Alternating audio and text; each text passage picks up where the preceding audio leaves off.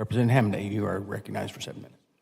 Thank you. Thank you, Mr. Chairman, and Secretary Collins. It's good to have you here. And I believe happy birthday. Thank you, it is.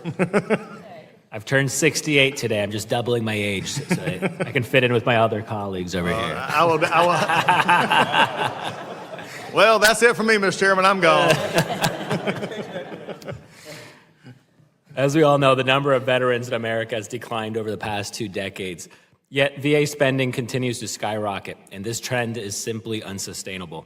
Now, Mr. Secretary, under your leadership, the VA is finally taking long overdue steps to increase accountability, eliminate waste, and refocus the department's mission of serving veterans and not preserving bureaucracy for bureaucracy's sake.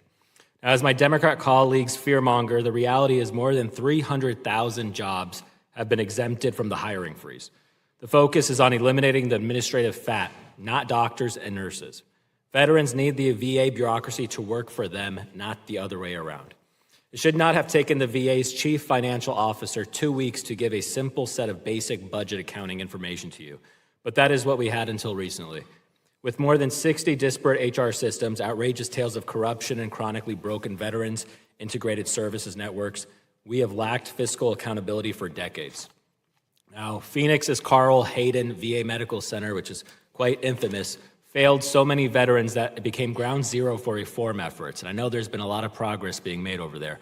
But veterans in my district and across Arizona expect the VA's budget to directly support their care, not layers of administrators removed from the mission. I look forward to assisting your continued efforts to refocus the VA on its high-minded mission, taking care of veterans. The Trump administration's reforms aspire to accomplish this by providing greater oversight, less bureaucracy, and a culture of nonstop effectiveness. Now, Mr. Secretary, we've heard a lot of scare tactics, but I want you to talk about, once more, list the services and jobs excluded from the hiring freeze. Thank you for offering the question. And one of the things is, there's something you said in your question that I want to address if I could, and I'll get to that part. You talked about our chief financial officer. I wish I had one right now. Right now, our chief financial officer, our lead general counsel, and our national cemeteries undersecretary are being held up in the Senate. These are 3 veterans who have all served. One who is going to be Sam Brown, who is going to be head of our mortuary affairs, our cemeteries, gave some of his own body to service of this country after being blown up, and yet is right now being held hostage in the United States Senate by the same people who actually want to say, we want you to hire veterans and not fire veterans. Well, now I just got a sense, and I've told the senators this as well, it's time to stop that. If you want to hire veterans, and I got 3 of them that need to be approved and need to get on the job working for veterans. So when you say I have a CFO, I don't have one because I can't get the Senate to approve them. So don't tell me they want to help veterans when they got 3 of them sitting right there, one who was grievously injured in wartime that they refused to approve. That's what I'm dealing with right now. In addition to what you're saying and what we're looking at, we're not looking at doctors, we're not looking at nurses, we're not looking at this, and you just look at the numbers in general, and you have your poster there.